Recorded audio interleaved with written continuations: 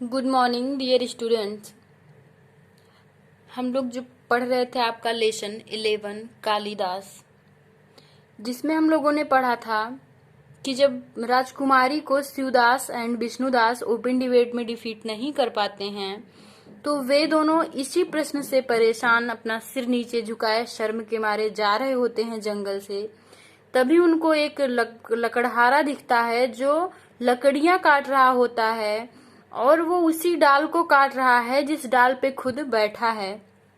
तो विष्णुदास और शिवदास ने सोचा कि क्यों ना इसी से हम कोई चाल चल के और उस राजकुमारी का विवाह करा दें, क्योंकि वो काफी नखरीली है। यानी उनसे बदला लेने की चेष्टा करने लगे ये लोग कि हम लोग इतने विद्वान हैं, हमसे उन्होंने शादी नहीं किया, तो हम लोग कुछ ऐसा षड्यंत्र, ऐसा कॉन्स्पिरेसी खेलते हैं उनके साथ, किसी मूर्ख से उनका विवाह करवा देते हैं।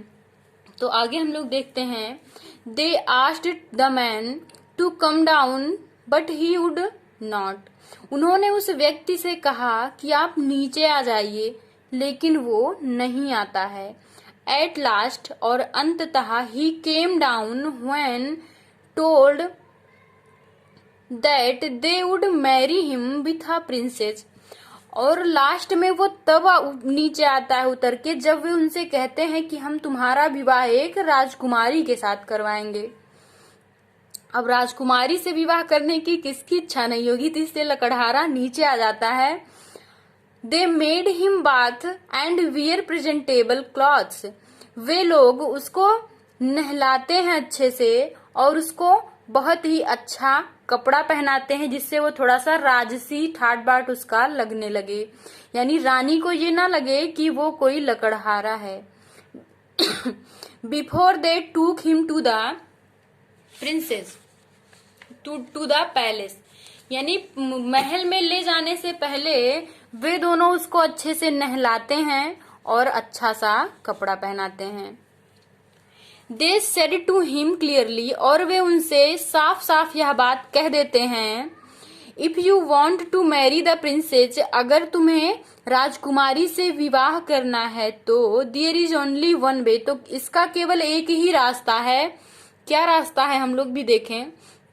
That is keep your mouth shut, तो अपना मुंह बंद रखना। You will not open your mouth what कम में, व्हाट कम में मतलब कुछ भी हो जाए, लेकिन तुम अपना मुंह मत खोलना। व्हाट में का मतलब कुछ भी हो जाए, यानी कुछ भी हो जाए तुम अपना मुख नहीं खोलोगे, तभी तुम्हारी शादी हम राजकुमारी से करवा सकते हैं। ऐसा विष्णुदास और शिवदास ने उस लकड़हारे से कहा। द मैन एग्रीड, और वह व्यक्ति इस पर सहमत हो गया। The priest however kept reminding him to this condition throughout their way, और पूरे रास्ते टू द पैलेस, यानी महल को जाते हुए पूरे रास्ते भर विष्णुदास और शिवदास जो दोनों साधु थे, वे उनको यही समझाते चले गए, यही कंडीशन यानी यही शर्त कि तुम अपना मुख नहीं खोलोगे चाहे जो भी हो जाए। द ओपन डिबेट बिगन, और खुली प्रतियोगिता प्रारंभ हो गई। यानी वे दोनों, यानी राजकुमारी और ये देखिए राजकुमारी और ये लकड़हारा दोनों आमने सामने बैठते हैं और प्रतियोगिता प्रारंभ होती है। The open debate began. Shivdas and Vishnudas had already informed princess Vidyavati that the challenger had taken a vow to of silence. उन्होंने राजकुमारी को यह जानकारी दे दी कि जो चैलेंजर है, यानी जो चुनौती करने वाला है, उसने एक प्रतिज्ञा ली है, किसकी, चुप रहने की। यानी उसने यह प्रतिज्ञा ली है कि वह चुप रहकर ही राजकुमारी को परास्त कर देगा। सो इसलिए she agreed to hold open debate by means of gestures. Gesture मतलब होता है सांकेतिक हाव भाव।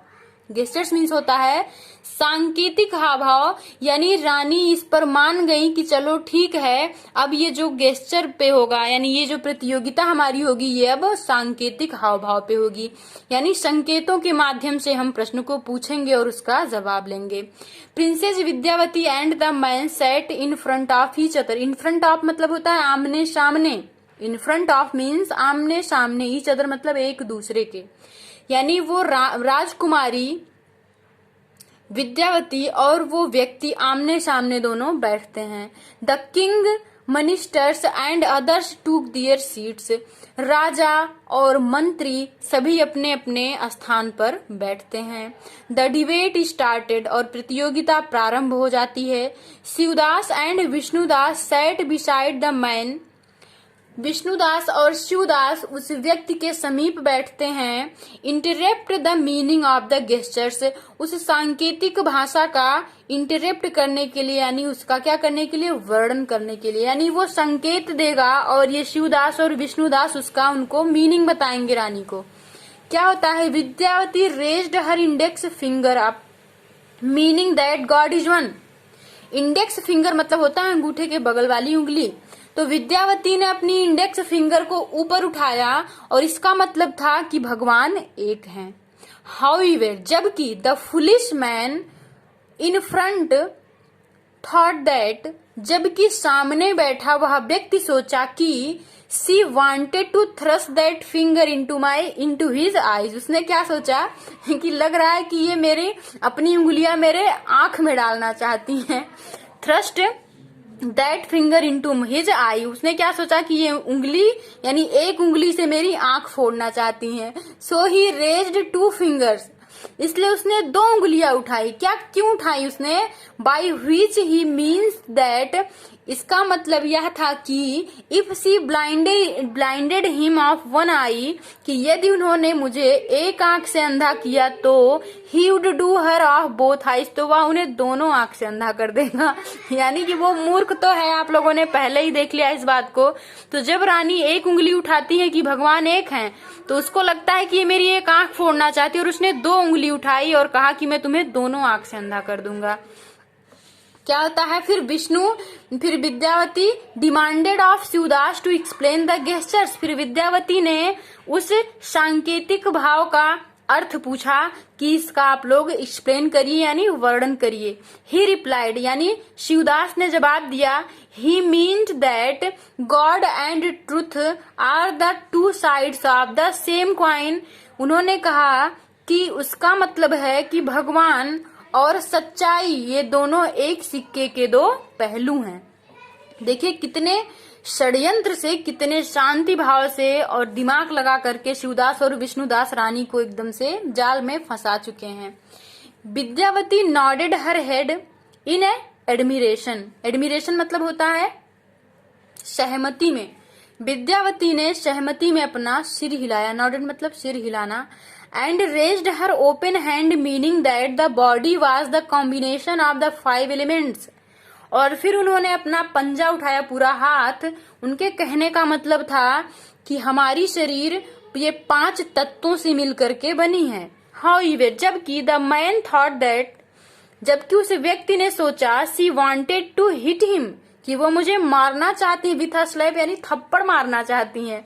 सो he held out his fist, इसलिए उसने अपनी मुट्ठी तानी है मुक्का मारने के लिए। Vidyavati asked Vishnudas that he meant what he meant, यानी फिर उन्होंने विद्यावती ने कहा विष्णुदास से कि इसका अर्थ क्या है। तो उन्होंने कहा he meant that we should blend those 5 elements into 1 God. इसका ये मतलब है कि ये 5 तत्व भगवान में ही समाहित हो जाते हैं। यानी कितनी चालाकी से वो मूर्ख बना रहा है रानी को। Princess Vidyavati was fully satisfied with the answers, और उनके जवाब से विद्यावती एकदम पूर्ण रूप से संतुष्ट हो गई। सेटिस्फाइड मतलब संतुष्ट हो जाना।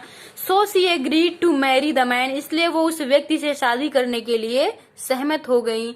The marriage was held in all glory, और उनका विवाह पूरे हर्षोल्लास के साथ मतलब आयोजित किया जाता है। हेल्ड मतलब आयोजित होना, या होना ग्लोरी मतलब शानदार तरीके से, यानी पूरे हर्षोल्लास के साथ। तो आज के लिए इतना ही। एंजॉय लेके पढ़िएगा आप लोग और इसका रियल मीनिंग समझिएगा। Thank you.